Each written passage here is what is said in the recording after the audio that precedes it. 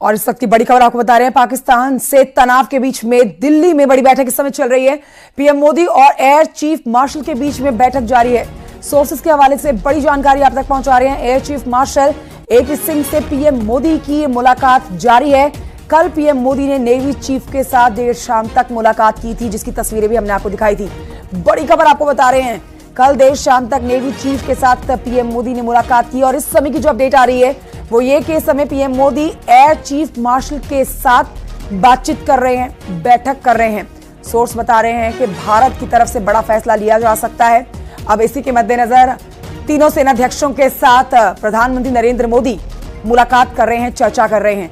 पाकिस्तान से तनाव बढ़ता जा रहा है। इस बीच कई अहम फैसले भारत सरकार की तरफ से उठाए गए हैं और बड़ी जानकारी जो इस समय आ रही है वो राजधानी दिल्ली से आ रही है, जहां प्रधानमंत्री नरेंद्र मोदी के साथ इस समय बड़ी बैठक चल रही है। पीएम आवास पर यह बड़ी बैठक एयर चीफ मार्शल के साथ दोनों के बीच की बैठक लगातार जारी है। सोर्स बता रहे हैं कि air chief marshal AP Singh PM Modi के साथ मुलाकात कर रहे हैं।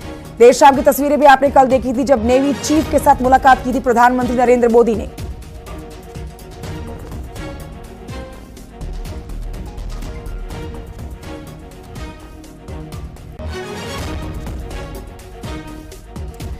तो भारत की तैयारी पाकिस्तान पर एक बड़ा प्रहार करने की और लगातार फैसले ऐसे लिए भी जा रहे हैं। भारत सरकार ने पाकिस्तान से आने वाली चीजों पर अब पूरी तरह से बैन लगा दिया है, जिसका मतलब अब यह हुआ कोई भी चीज किसी भी तरह से पाकिस्तान नहीं जाएगी, ना ही वहां से यहां आएगी। वाणिज्य मंत्रालय ने कहा है कि अब पाकिस्तान से पूरी तरह से आयात प्रतिबंध कर दिया गया है। भारत के इस फैसले को पाकिस्तान पर गहरी चोट माना जा रहा है। रिपोर्ट देखिए इससे जुड़ी।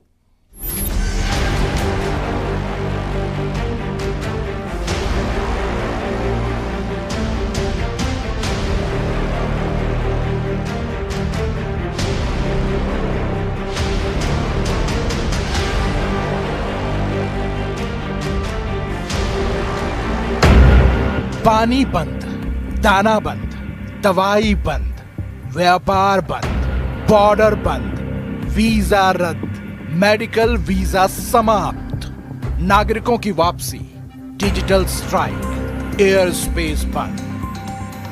22 अप्रैल को पहलगाम में हुए आतंकी हमले का परिणाम पाक को पालने वाले पाकिस्तान को कुछ इस तरह से मिला है। देश की सरकार ने पाकिस्तान पर ऐसे बैन लगा दिए हैं जिससे उसकी कमर टूट जाएगी, उसे एक गहरा आघात लगेगा।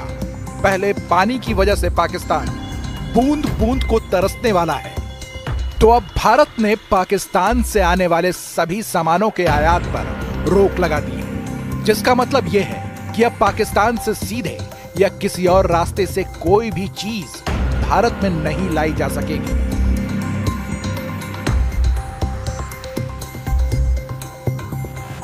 सरकार के मुताबिक ये फैसला देश की सुरक्षा और जनता के हित में लिया गया है। यही नहीं, नियम तुरंत लागू हो गया है। सरकार के नोटिफिकेशन में कहा गया है कि अगर किसी को इस रोक से छूट चाहिए तो उसे पहले भारत सरकार से इजाजत लेनी होगी। पहलगाम हमले के बाद सरकार ने पाकिस्तान से पहले डायरेक्ट ट्रेड यानी एक्सपोर्ट इंपोर्ट को बंद किया था। अब सरकार ने इनडायरेक्ट इंपोर्ट भी बंद कर दिया है। ये पाकिस्तान पर गहरी चोट है। भारत का वाणिज्य मंत्रालय उन उत्पादों की सूची तैयार कर रहा है जिन्हें भारत से आयात निर्यात नहीं किया जाएगा। पाकिस्तान को कैसे सजा देनी है, पीएम मोदी पहले ही ऐलान कर चुके हैं कि उसे पहलगाम हमले के बदले कल्पना से बड़ी सजा मिलेगी। और अब पीएम ने आतंकवाद के खिलाफ एक बार फिर से वही बात दोहराई है। फ्रेंड्स, हम एक मत है कि आतंकवाद मानवता के लिए सबसे बड़ा खतरा है। पहलगाम में हुए आतंकी हमले में मारे गए लोगों के प्रति राष्ट्रपति लॉरेंसो और अंगोला की संवेदनाओं के लिए मैं उनका आभार व्यक्त किया। पाकिस्तान में भारत के एक्शन का अंजाम भी दिखने लगा है। पाकिस्तान पर भारत की तरफ से हो रहे चौतरफा प्रहार से वहां हाहाकार मच गया है। वैसे भी पाकिस्तान आर्थिक तंगी से जूझ रहा है।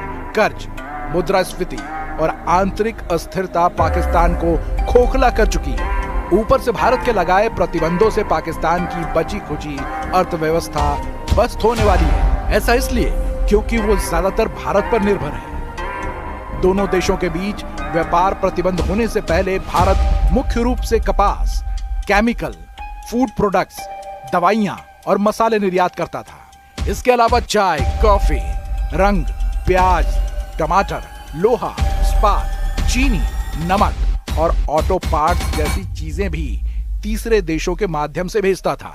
जबकि पाकिस्तान से पहले सीमेंट, जिप्सम, फल, तांबा और नमक जैसे उत्पाद आयात होते थे।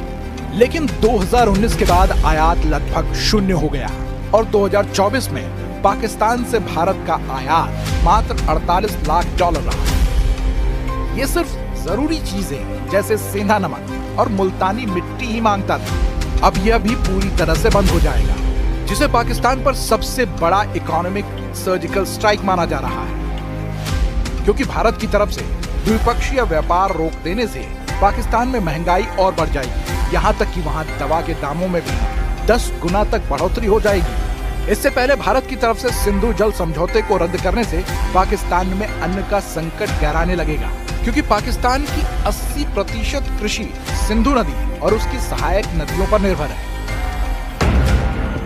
भारत द्वारा पानी रोकने से सिंधु प्रांत और पंजाब में फसल उत्पादन में 20 से 30% तक की कमी हो सकती है, जिससे खाद्य संकट और महंगाई बढ़ेगी। कराची और लाहौर जैसे शहरों में पीने के पानी की कमी भी गहरा सकती है और पाकिस्तान की पत्ती भी गुल हो सकती है।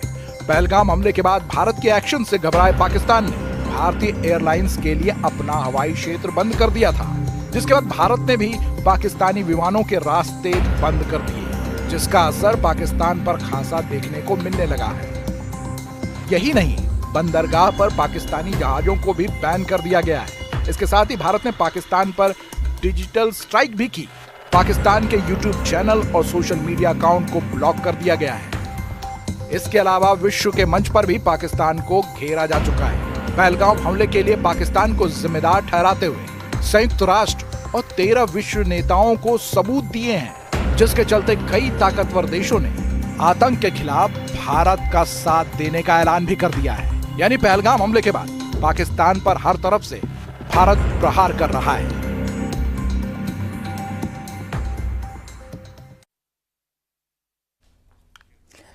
भारत के सख्त रुख से पाकिस्तान कांप रहा है। पाकिस्तानी दर अलग अलग देशों से मदद मांग रहे हैं। डर है कि ना जाने कब भारत सबक सिखाने वाला प्रहार कर दे। धर्म के नाम पर जिहादी एजेंडा फैलाने वाला जनरल मुनीर भी अब अपनी गलती पर पछता रहा है। पहलगाम हमले से पहले मुनीर के बयान और भारत के खिलाफ साजिशों वाला प्लान जानिए।